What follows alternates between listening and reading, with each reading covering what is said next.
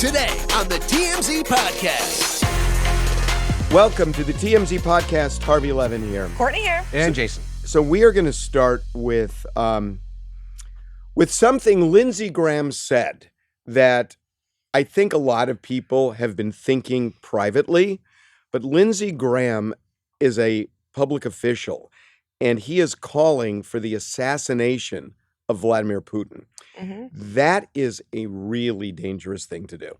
That is a really dangerous thing to do for a whole bunch of reasons. Here's what he said. What's happened is that Putin looks at Biden, he sized him up, he thinks he can get away with it, and he's going to keep going and going and going, and nobody in the West is going to stop him. How does this end? Somebody in Russia has to step up to the plate. Is there Brutus in Russia? Is there a more successful Colonel Stauffenberg in the Russian military? The only way this ends, my friend, is for somebody in Russia to take this guy out. You would be doing your country a great service and the world a great service. And we have an issue with this, because, or some people do, because the idea of calling for the assassination of a foreign leader can spark other calls for assassinations of foreign leaders, and that is not where we want to be. Well, also, what's good for the goose is good for the gander. And if we start doing that to them, they start doing that to us. Yeah. But also, you know, I mean, look, this has been condemned now by Democrats, by Republicans. And I think we have to, just address the reality here is that saying it out loud is really dangerous. It destabilizes, if it happened, who knows whether we would get worse. I mean, it would destabilize. Sure, we don't know what's there. So there's a lot that could happen. But look, the reality is this. I mean, we shouldn't just put our heads in the sand. People in America are thinking that privately, right? 1,000%. I mean, I feel like everyone's thinking. I feel like everyone over the world is thinking it. But he didn't say it for the U.S. to go in and kill him. He said someone in Russia. Someone needs to take him out. He didn't say troops from our land should go in, troops from someone else. And honestly, we have, as a country, we have tried to assassinate foreign leaders a number of times. The Bay of Pigs is a great example in Cuba. We actually, in Chile, when they had a communist regime in the 1970s, tons and many, many examples we don't even know about. We have a very sketchy history when it comes to intruding on other countries, and the Bay of Pigs is, frankly, one of the best examples. Right. So I guess my take on this is, you shouldn't have said it out loud because you're a senator. You're a very well-known senator, maybe one of the 10 most powerful senators in all of Congress. But it's at the end of the world, right? I mean, he said it, and because what's really different than Saddam Hussein or Osama bin Laden? Honestly, what's we went in. We assassinated both. Yeah, of those people. What's the difference? I don't. I mean, look, it's a point. And I think maybe the difference is that you've got a war going on right now, in the middle of a war. And look, I mean, again, people are thinking this, and who knows what we're planning on doing. I mean, he is a madman. Yes. Yeah, and he has so much money. So I feel like are the sanctions really personally hurting Putin? I feel like it's hurting the country because he has so much money. Maybe not individually, but it's hurting the country a lot. Yeah, but I don't think he really cares about that. Well, I mean, he will eventually, right? Yeah. Eventually, the people will rise up, hopefully democratically, if he allows for a vote. Or who he? Putin? Putin, yeah. Oh, yeah, right. Yeah, or just in terms of being forced out by the other oligarchs. That's really the effort they're making. It's a country controlled by oligarchs. I want to get to Kanye in a second, because what Gene Simmons said is just, I really want to play this for you guys. But I was thinking of this last night.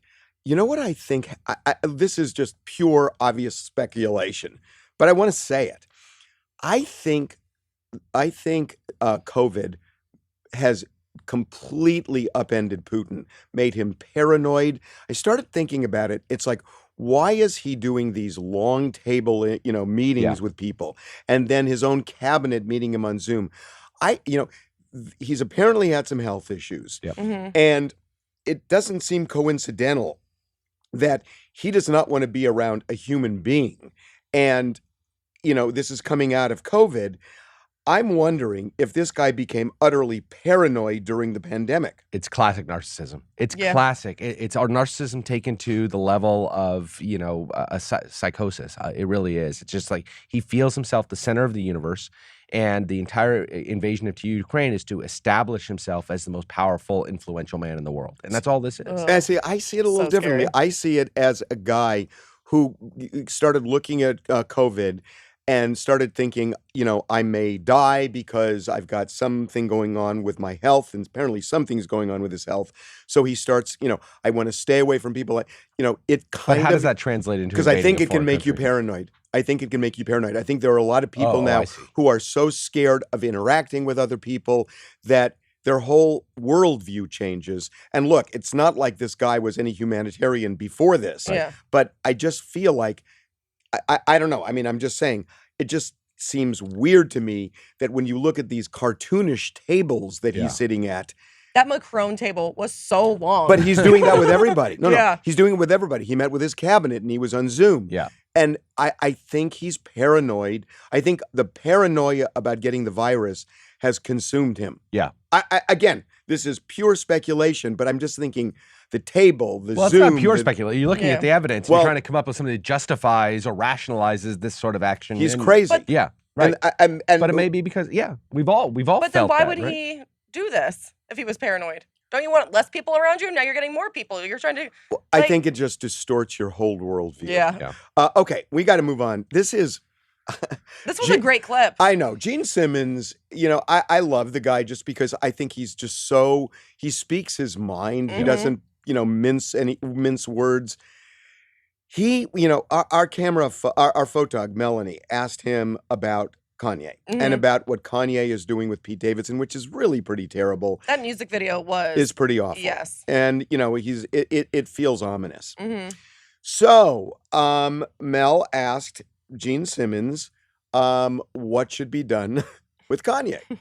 At a certain point, if everybody misbehaves, a good bitch slap. Oh, sorry, I didn't realize I was such an asshole. Is that what Kanye needs? Are you going to do it? No. That's possibly. Guy, you've got a roof over your head, you've got food in your tummy, you can do whatever you want. Get a hobby. That's better. Love the mother of your kids and let her make her own decisions. She's a grown-ass woman now, and she doesn't need your permission. Getting a Kim lookalike, it's childish, and it's not fair to this girl who happens to resemble Kim. He needs to back off. He's not a bad guy, but this is not even childish. There's something, he admitted, there's something clinically wrong. He said that he should get a hobby. I feel like this is Kanye's hobby. Like Yes. Pete Davidson is like so. It's like that. This is his hobby. First, shout out to Gene Simmons for being as up on pop culture as he Yes. is. He knew every beat of this story and what's happening. He clearly is a TMZ fan, Yeah. right? He knew about the Kim lookalike. He knew about the comments he's made about Kim and Pete Davidson. This is the good called- stuff. I mean, he's also been an entertainer for 50 years. yeah, so why but is he's that a man of a so certain age, Yeah, he's you like know? what in his 70s or something. Yeah, I mean, like, what kind of 70-year-old knows anything about pop culture? God knows. I love it. He called Chansey a hand puppet. For Gene Simmons to call you, she hears that has to like cut at her soul. Like I was like, that is great. So he also said before that, it was To a long. bitch slap Kanye. No, it was before he said that. He kind of got into something, and it is kind of interesting because he said, "Look, Kanye is going." He said, "Kanye is going through some sort of a mental struggle." hmm So if that's the case, then I this is why it's so tricky. That we've been spending the last couple of years finally acknowledging the reality of mental illness, that people can Sure. talk about it openly and everything else. And if Gene is right that that Kanye is going through something, it gets tricky to start telling him we're going to bitch slap you, get a hobby. Yeah. But I mean, I think it's more complicated than that. But I think it's an issue. Yeah, it's a metaphoric bitch slap, I right? understand. He needs somebody Right. to get some reality into him. But and- how do you do that? Yeah, well, How do obviously it's you- impossible. Yeah. Right? Well- Lots of people have tried to talk sense into Kanye. He's not listening to it or he doesn't care. I mean, we've been dealing with this for 5-6 years now, right? Mhm. And running for president and the whole thing, it's wacky. Because he's even said that they try and put him on medication and he like doesn't want to take his meds. Yeah, he said that he was Well, on. he told us that here. He Yeah. told us that here. Right, exactly. It's true. But I mean, look, now that he is divorced. He is divorced. hmm He is divorced. But he still dropped that music video, killing Pete Davidson. He dropped the music video. Now the issue is, does he give up on getting him back? At a point, I think he does. I mean, I you know what? I don't. It's a bitter pill to swallow. She is now divorced from him. It's different trying to save a marriage once it's over. I hope you're right. I'm not optimistic. I think that I think his mental illness that he has acknowledged that he has is fully on the surface. And until that is addressed. I don't know that he has the capacity. From what we've seen, I don't know if he has the capacity to truly step back and allow her to live her life and date who she wants to date and introduce his kids to his and her kids to a new guy. All these normal things that are going to happen. She's going to remarry one day. And oh God, right, and maybe it's sooner rather than later, right? And he's got to find a way to be okay with it, even if he doesn't like it. Yeah, I mean, he's never going to like it. Yeah, that's okay. He doesn't have to like it. But, the issue is they've got 4 kids. Yep. I don't know. This is, we talk about this a lot, but they are joined at the hip for the rest of their lives. Correct. And they're going to have to figure this out. And Kim's going to have to figure this out because, you can't just say, oh, well, let's see what Kanye does. If she's going to presumably take control, she's got to figure some way out of this thing too. Yeah. And hopefully it's not through restraining orders and through lawyers and parental custody agreements. I don't think they're going to do that now because I think they're worried it's going to trigger him. Yeah. Well, that might be. That's it's just an opinion, but yeah. I think so. I think you hope Kanye moves on. There can only be so many Kim lookalikes. Like he's already had 2 of them. Well, how many more? Reggie Bush has one. We're gonna get to something that Pete Davidson I think is going to be doing that's just unbelievable. We're going to get to that in a minute, but I think we got to go next to Christine Quinn. This is so frightening. This is, when you think about this, so frightening. When you went to sleep last night, everyone, when you guys went to sleep. Put your kids to bed. Can you imagine hearing a knock at the window the way she did and finding what she found? We woke up to noises. The noises started getting louder and louder, and we didn't know what was going on. We immediately checked the security footage, and outside the master bedroom, which is 4 feet right here, there was 2 armed robbers breaking our glass window. The robbers weren't able to break into our house or any of our windows because they're double, triple paned windows. I mean, we take very serious precautions, and they left. This was the most horrifying moment of my life, and I want people to know to take this very seriously. This stuff does happen in LA. It's happening all the time, and I don't know what would have happened if they would have been able to get through that glass. So the glass was shattered. When she showed the video of it, it looked, I don't know how they didn't break it. You could tell that they were probably there for 5 minutes. It was so terrifying when you looked at it. And she posted the photos of the guys because she was like, we have 26 cameras in our backyard. They're 4K. And she was like, please help me find them. Because they didn't get in. So did they go somewhere else last night? Or are they going to go back to somewhere else? Well, remember what happened with the Avant situation with Jacqueline Avant, where the home invader killed her and then went to another house. Yeah. And then just went to another house. Well, that's what Christine said. She was like, it was 4 feet away from my bedroom. If they would have come in, she was like, they would have shot us. Yeah. They would have shot us. And that is horrifying. And look, this is in the Hollywood Hills above the Sunset Strip. It's not far from where Shawn Mendes and Camila Cabello had a house where they had a break-in about a year ago. But this is happening. It's happening all over the country. Not even in mansions in LA. It's everywhere. Happening over LA, and it's just these robberies and home invasions and violence and just all these problems here. I don't know, man. The 24-year-old last month in the furniture store getting stabbed. It's terrible. I was born here, and I just don't remember. I always remember loving LA.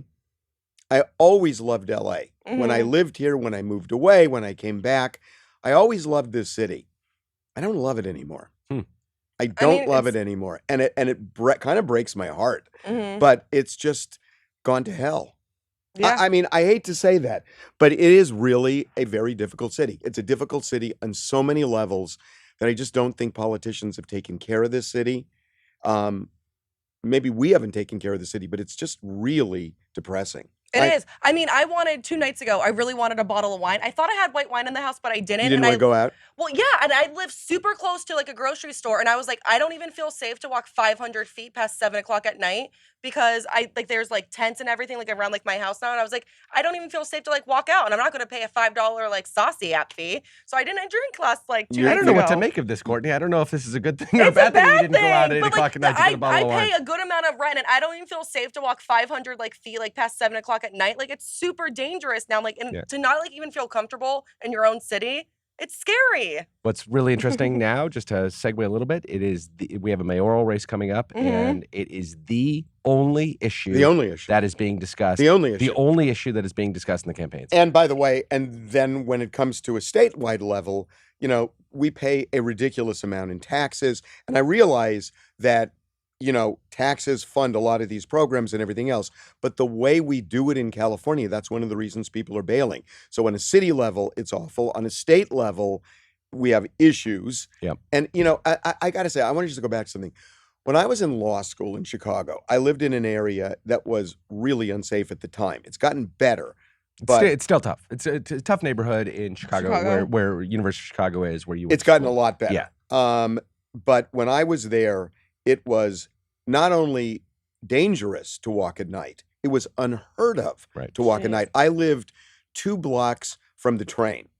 And the idea of walking those 2 blocks just to go downtown and to do something fun, you know, on a Saturday night, just to get out, was unthinkable. Ugh. Unthinkable that because I didn't have a car. And I remember I used to watch the Mary Tyler Moore Show on Saturday nights because I was, no, I'm serious. It was that bad. It was unthinkable to go out. And, you know, and I remember when I moved, I thought, God, I never want to do this again because it's so scary. And I kind of, I mean, look, it's not like I'm hiding inside, but it's bringing those memories back. And I'm not talking about me. I'm just talking about, God, this city was never that way. And it just feels like it's being replicated in other cities. It's being replicated in Chicago. I mean, Chicago's having huge problems. Yeah. It's just... I keep going back, though, I don't know. Just to bring it up. The murder rates were much I was waiting until you would say this. About 4 times as high in the early 1990s, late 1980s as they are today. So there is more petty violence and the homelessness on the streets not petty. And stuff. It's violence. There is violence. It's a lot less than it used to be. I just don't. I can't let it go. I really. There's no agreement or disagreement. I sent you the stats. LAPD is saying that Harvey, Robert. I know you didn't look at. We had this debate the last time. I sent you the stats. No, I know. LAPD is saying that robbery is up all over the city. They're just saying it. In like 1992, there were something like 1,100 murders. And now it's like 350. I'm not talking about murders. I'm talking about violent robberies. And by the way, it's why it's the only issue in the mayoral race. Well, the homelessness is really the thing. It all dovetails. I get it. Crime is bad. No crime is good. I just want to keep a little perspective here. That's all. LA is awful. It's awful now. It's just awful. And I hope it gets better. But they got to fix it because it's awful right now. Yeah. Pete Davidson. Yes, this Space is Cadet. Exciting. So Pete Davidson might be going up with Jeff Bezos and the Blue Origin. It's going to happen. You think? I know. Do you think that they were because they said that they were talking about this when Kim and Pete went over to Jeff Bezos' house? Before. So they went to dinner. It was before this? Yep. Kim and Pete went to dinner at Jeff Bezos' house with Lauren Sanchez at the end of January. But before that, Pete's wanted to go up to space for years. And there were discussions even before that dinner. We're told at that dinner, they got down to it and really talked about it. And he said, I want to go. And Jeff said, I want to send you. So they are negotiating this thing. What I'm told is it's going to happen. And it's going to happen it's going to happen this year. Yeah. He's going to be so high when he's in that rocket. So Jeff Bezos, he was a self-made man, came from very little and has turned himself into the richest man in the world. And he is just living like we would all live. He's surrounding himself by funny people that he wants to be around. He's like, hey, other rich people might say, let's go on a trip somewhere. He goes, let's go into space. Yeah. And Pete Davidson's like, sure, it sounds great. Well, he's wanted to do this. Yeah. He's really wanted to do it. Pete has? Or Pete has. Pete has, yeah. And, I don't know what you just said. I don't want to get off track, but it's true. Jeff Bezos and Lauren Sanchez love celebrity. Yes. Love celebrity. He is like a high school kid. Yeah. And no, he is. And so is she. When that video of her like fawning over Leonardo DiCaprio at the art gallery is one of my favorite things. So great. Like it was so good. I mean, I don't want to get started on this notion that celebrities just love hanging out with other celebrities because honestly, to me, it feels very precious. Yes. You know, that they're the only people who understand us. Give me a break. Right. So does Pete have to pay or is Jeff like going to front the bill? Because, like, other people have to pay. If Bezos slid him an invoice at the end of the trip and said, it's $21 million for you, sir. Kim, can you pay it for me? Right, exactly. Okay, so I'm going to be a little cynical here. Yeah.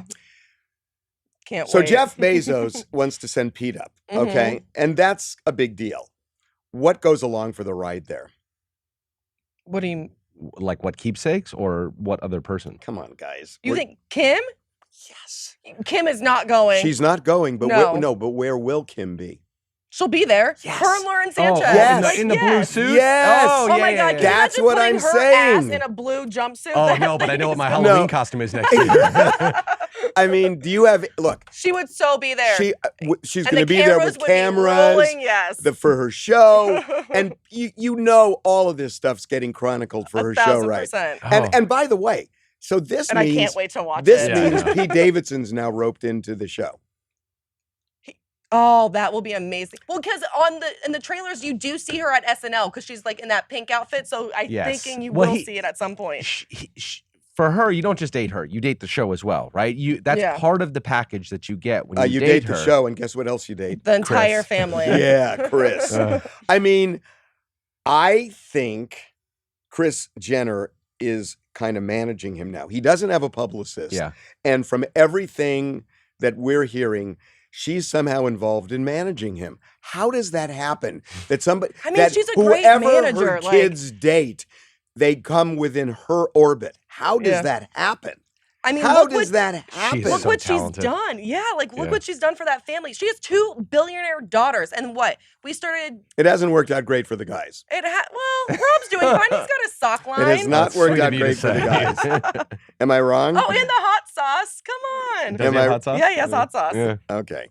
But I have a feeling this is going to be announced soon, but That will be amazing. it's going to happen. Okay, let's end. Can you explain this Meghan Markle lawsuit to me? I mean, where she's being sued for defamation by her sister. Where's the defamation in this? Well, Well- for the Oprah interview, mostly it's like. What did she say? Well, she said that Meghan said that By she the way, hasn't seen her. before you tell me, each time you tell me something, I'm going to say, "How is that defamation?" Go. Oh, well, this should be fun.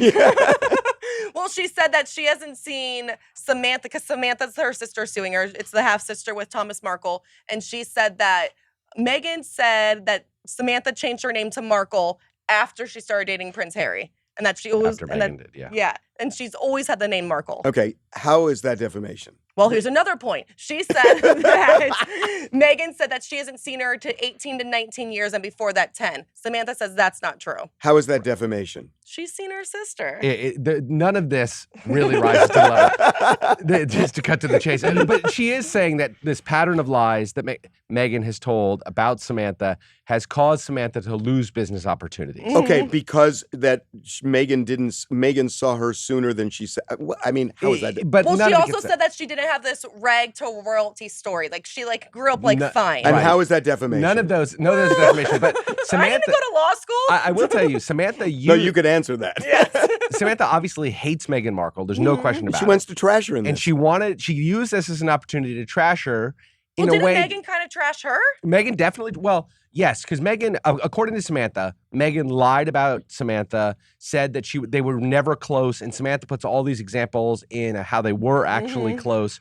In fact, she says that Meghan said that they hadn't talked in 18 years, but Samantha says she actually came to my graduation in New Mexico 9 years ago. So how is it we never talked 19 years ago? But none of it is defamation. But I will say, it paints, assuming it's true, paints a really nasty picture of who Right. Meghan Markle is. Isn't that Yes. the point? And of that this? is the point. Yeah. Clearly is the point that I want to trash Meghan Markle, and here's my opportunity to do it. And by the way, it's And in a she- lawsuit, So so it's- I can't be you sued. can't be sued for what you say. Correct. Huh. Nasty?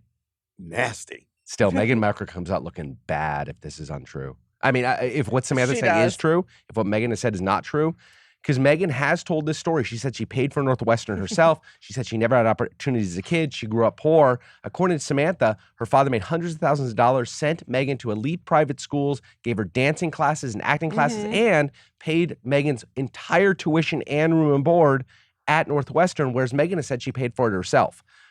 If what Samantha's saying is true, it makes Meghan into a big old liar. Yeah. It really does. I want Thomas Markle to drop those bank accounts receipts and prove it. Yeah. Oh my God. That family. That family is a that family disaster. is in all of the families. Yeah. I Also, mean, the it's like the Oprah royal interview- family Yeah. and them. Right. It's like, oh my God. The Oprah interview was forever ago, so that's why I was like, why is it just coming out now like the lawsuit? How did Kim not get to date Prince Harry? That would have been the situation. show. That would have been great. Oh my God. Oh my That would God. have been so good. Oh my God. And the Queen curtsies to Chris. Yeah. Have a good weekend, everybody. We'll see you Monday.